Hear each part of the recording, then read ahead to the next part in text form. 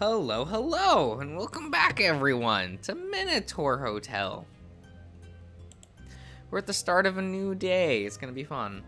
The following morning, as usual, the sound of Asterion's hooves clopping on the floor, and the smell of breakfast wakes you up.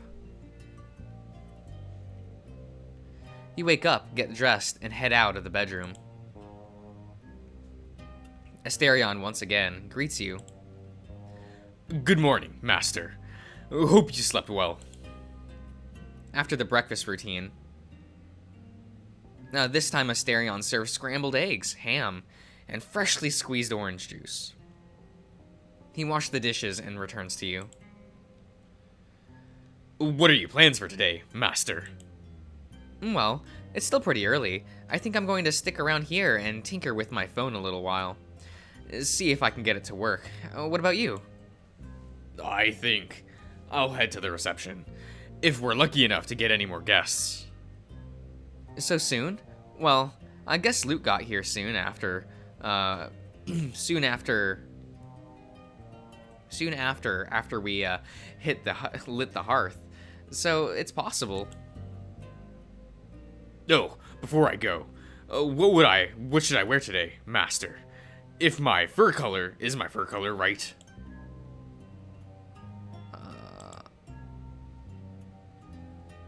This is still just that one outfit, right? Yeah, I'm not the biggest fan of that. This is cuter. I guess my problem is like the white fur does not go with this. That works a little better. The white and black with that. Actually, I'm very curious. Oh. Game? Okay. I don't know if I like that. With this color, anyway. Like,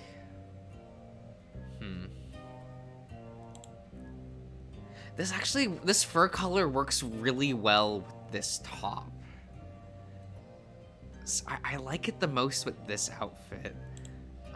What does it look like with the modern outfit? Neat. Can I force him to just go nude? That's weird.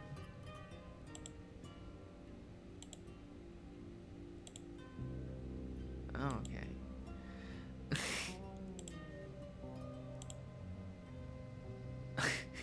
Do I make him just wear this for today? Just for shits and giggles? Like part of it could be also the background. It's like washing him out of the scene. I kind of want to like remove the background so I can like do I want to stare at this outfit the whole day? It just so doesn't match like his personality though. Right? I almost wish I could turn this into like a deeper beige, I guess. And maybe change the pants color as well. Like I almost want to turn this gray. See what that does, right? We turn this into a deeper brown and see what that looks like with the fur color. Because the black works really well with the white. I still am not a big fan of this orange though. Like, it's mainly I don't like that it goes all the way across. Like, I feel bad, but like, it's like, oh, not sure if I like that.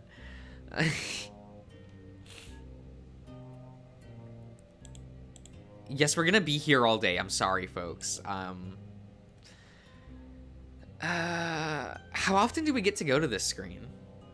Like, that's my question. Like, is it gonna be every morning I get to choose his outfit? Do we get more outfits? That's also a question I have.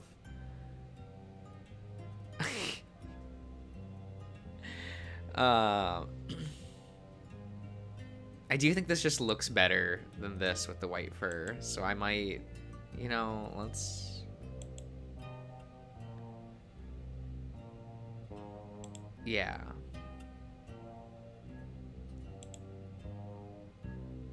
What's the matter, Asterion?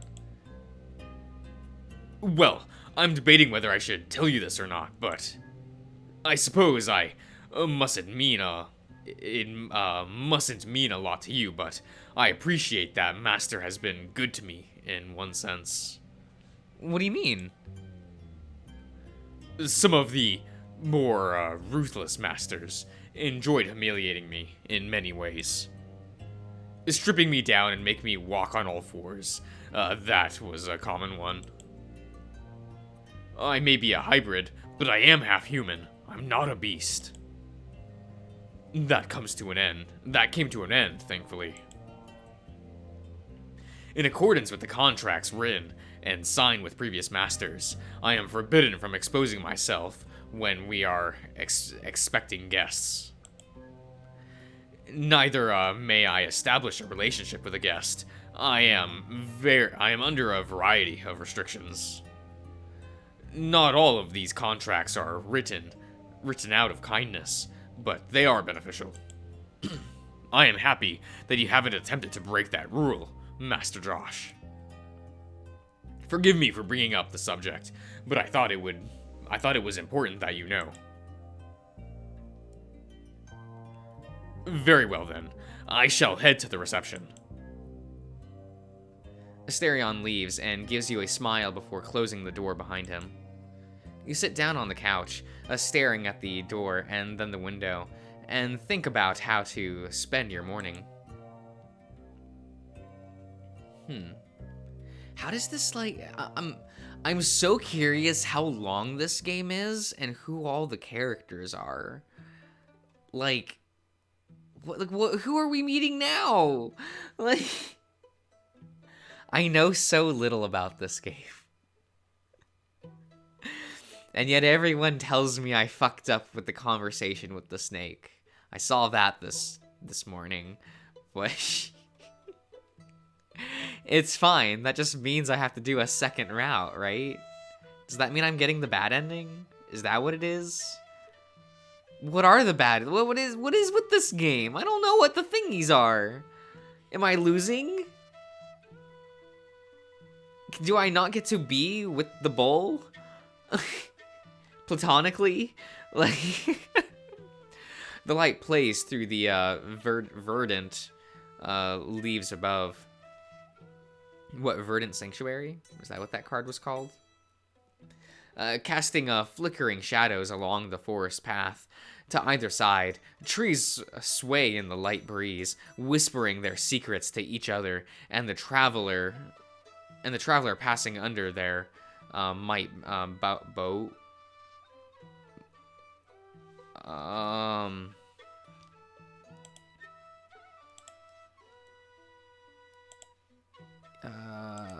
Where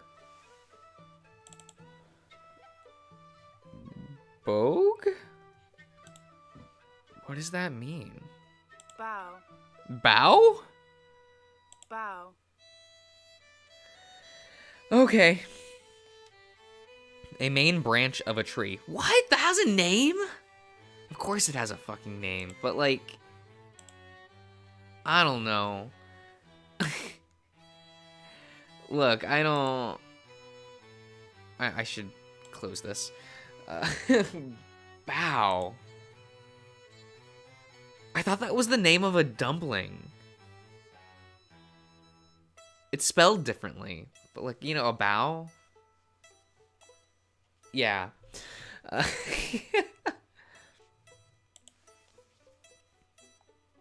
Whoa, lad. Okay. Was he the other? It was like a blue dragon guy that was the other, what's it called?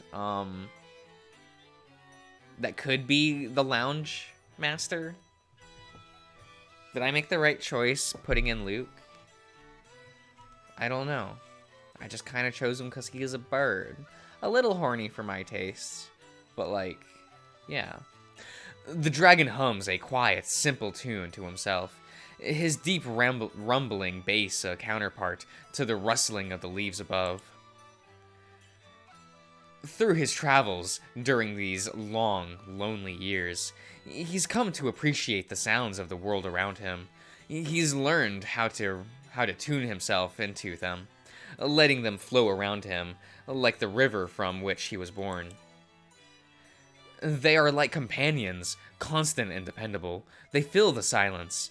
They bring peace to his mind and heart during his long, seemingly endless search.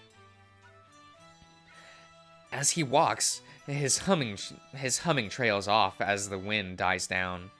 He reaches into the bag slung over his shoulder and pulls out a plastic bottle of water. He's deft. Clawed fingers quickly unscrewing the cap, and tips it back to let the life-bringing substance pour into his waiting maw. Oh, that's cute. It never ceases to amaze him how many conveniences like this had popped up over the years.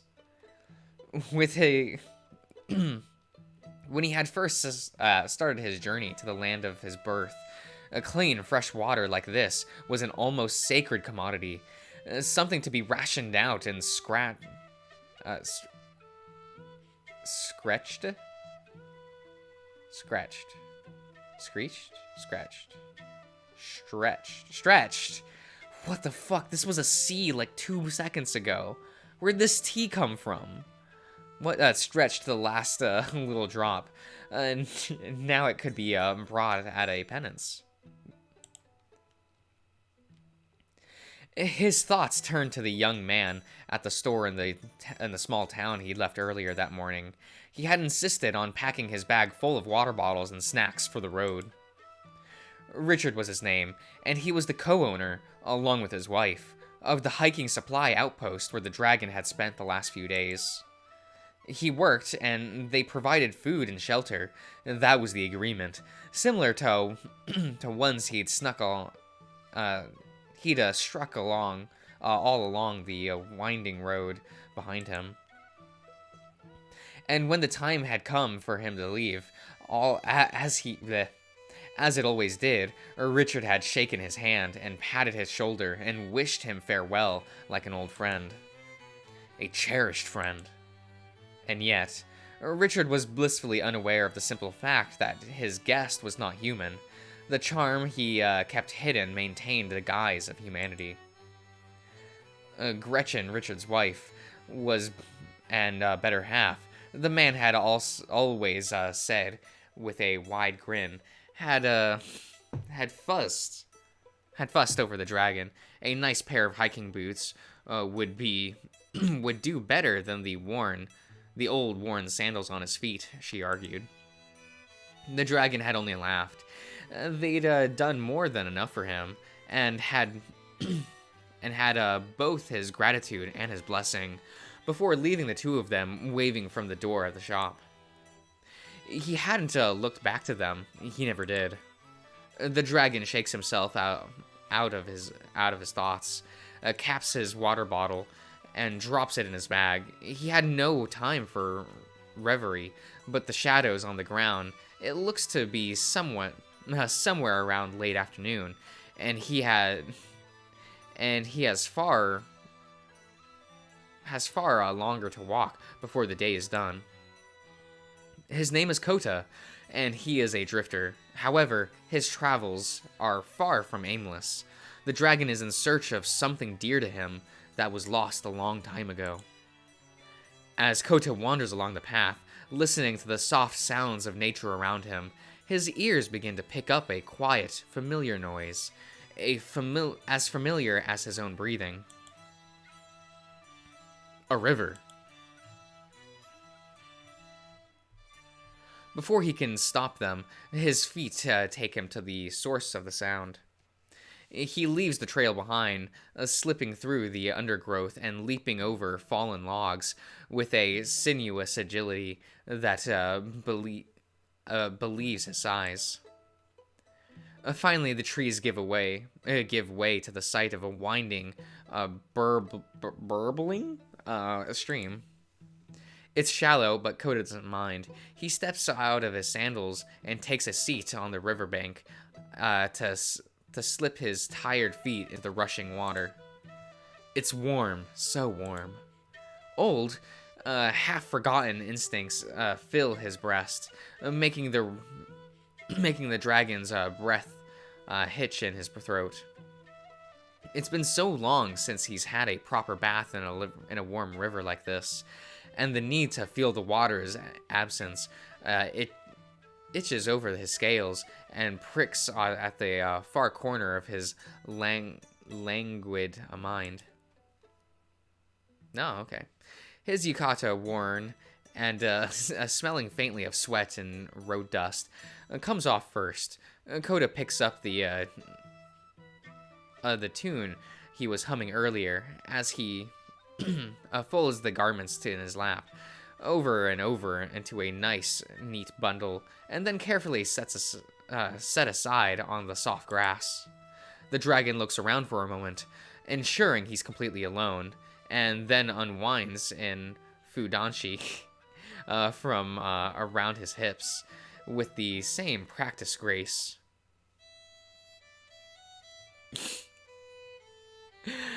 Good. He knows full well that there's no shame in his nudity, but centuries of wandering the new world have allowed modern sensibilities of modern modesty to rub off on him. None of it is helped by the age's law. There was no time when creatures like him were free to plainly wander the world of men. Nowadays, there are consequences to breaking the secret. Kota can't help a quick, shameful thrill down his spine as he bares himself, even with no one else around to see it. Nevertheless, he keeps his clothes nearby, so he's within the charm's range. With a sort of grunt and half-hop, the dragon slips into the water, the warm, flowing waters of the river. Ah. Okay. As soon as the water touches his scales, his muscles relax, and and he sinks waist deep into the river. The low sigh escapes his lips in a slow, lazy exhale, and his maned head falls back to the rest of the riverbank. He hadn't believed how... He hadn't realized how bone-dry wary he'd become, but now, with the rushing water caressing and embracing him, peace stills his mind for the first time in centuries. The warm current feels familiar, like an old friend, an old lover, welcoming him to the home left behind long ago. As he lounges against the riverbank, feeling the hard, smooth pebbles beneath and the swirling, flowing river and folding him, Kota grasps at that familiarity. He allows his mind to wander along with his hands. Over his shoulders and across his chest, the claws picking at the ridges between his scales. Below his belly, across his sides and hip, his thighs. Excuse me. As his pensive thoughts sink into the warm haze of his meditation, a finger brushes the soft scale lips of the slits of the slit at the dragon's crotch. As it slips inside, teasing the sensitive inner flesh, the finger becomes someone else's, someone from long ago. He can almost feel their breath on his ear, and hear the warm rumble of their purring voice, whatever. Kota's heart flutters along with his eyelids as the fingertip within his brushes against the spot that makes his toes curl and his breath hitch in his throat. The slow, tender caress of the river water of his home isn't the only thing the dragon has longed for all these years. The dragon can... he can feel the flesh within, the hidden length of his manhood, staring at his thoughts, the desire, the need. With a long sigh, Koto reluctantly draws his finger out of himself and moves his hand back to his stomach. He rubs over his body and up his chest to his neck. A half-remembered poem flickering through the dragon's mind as his hands scrub away the dust and sweat of his journey. I like to wash the dust of this world in the droplets of dew. Within dewdrops dripping, I wish somehow I could wash this perishing world. His breath breath dusts out of his nostrils as his hands fall to his side. The river takes over, stroking his scales and limbs with its current. Its comfort a pale echo of what the dragon longed for. Won't you come see me? Won't you come and see? Loneliness, just one leaf from the curry tree. Basho, right? Kota's eyes snap open as he has his head turns. He didn't hear anyone approach, and yet there's a man standing by the tree line. Sorry to sneak up on you like that. You don't mind me. You don't mind some company, do you? Sounds like you could use it.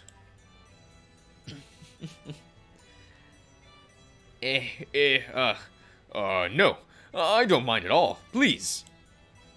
The dragon schools his face into a warming smile and gestures the man forward with a languid wave. For a moment, Kota is worried that his nakedness might embarrass his impromptu guest, but the man settles comfortably at the riverbank nearby. The dragon scoots closer to his discarded clothes. Sorry again. I've been walking all day, and my feet are killing me. The stranger kicks his shoes off with a long sigh, and then slips his feet into the water, much like Kota did earlier, downstream from the dragon, which makes Kota smile as he gives a man a nod. Believe me, I do not blame you at all. I myself have only stopped here for a moment's rest. It's a nice place that you found, even if it's only to rest for a moment. Where are you headed from? Where are you heading from here, if you don't mind me asking? Oh, here and there. I'm more of a wanderer, you see. And you, The dragon the dragon looks to the stranger with a polite but expectant expression. In my new clothes, I feel so different.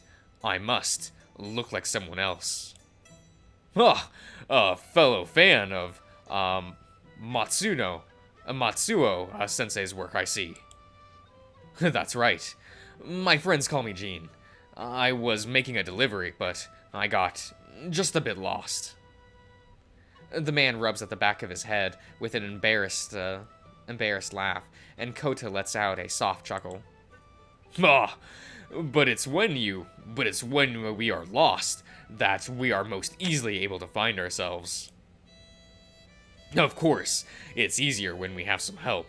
I'd be glad to lead you back to the road, Jin-san.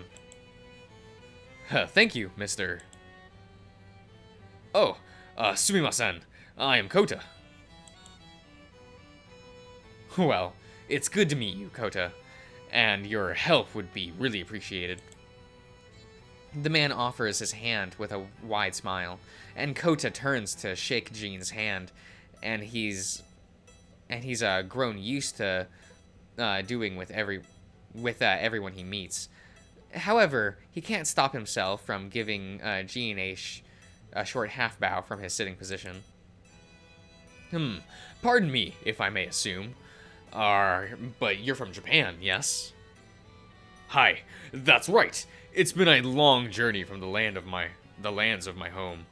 But I have enjoyed the wandering. It is marvelous to see new sights, is it not? Like this river. The dragon gestures to the idyllic landscape surrounding them. The rushing, chuckling water. Chuckling?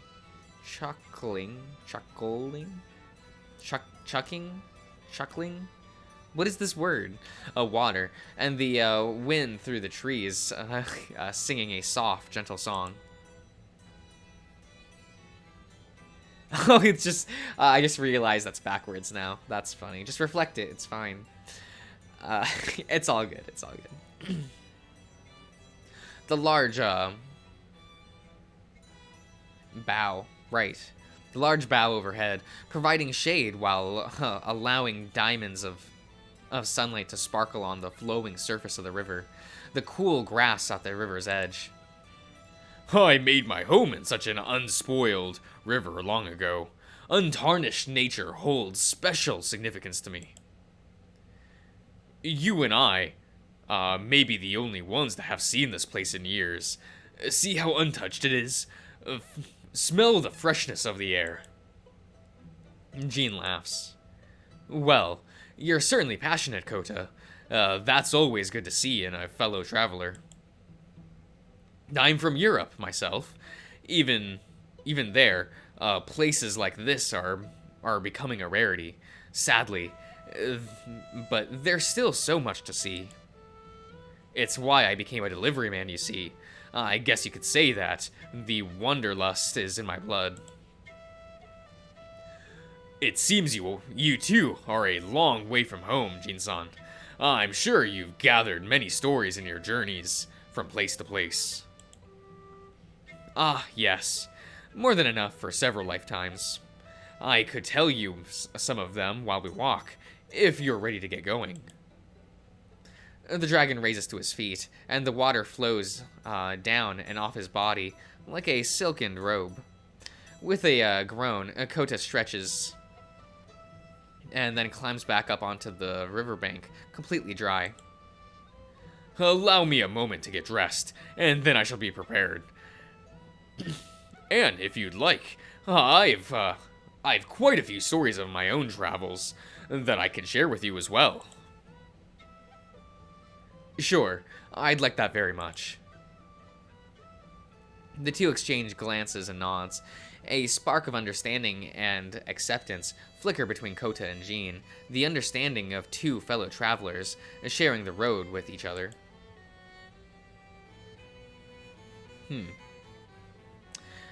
I think I'll end the part here. So I'll see you around, everyone.